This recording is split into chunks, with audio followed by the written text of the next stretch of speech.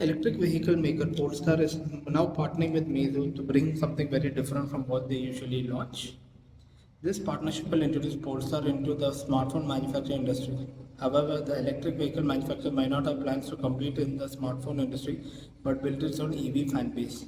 According to reports, this EV manufacturer is planning to launch a smartphone by the end of this year.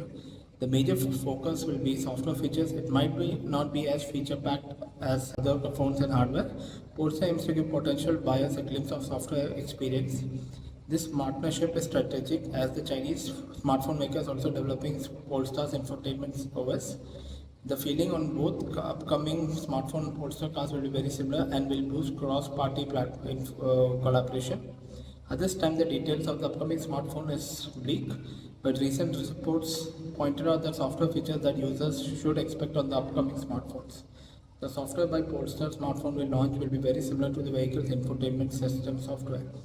Since this has been developed by Meizu, Polestar does not have to worry about developing its own software. It will use Meizu's Flyme OS, just like other smartphone manufacturers from China. It will be customized a bit to fit Polestar, as it might not look 100% like what you get in other Meizu devices.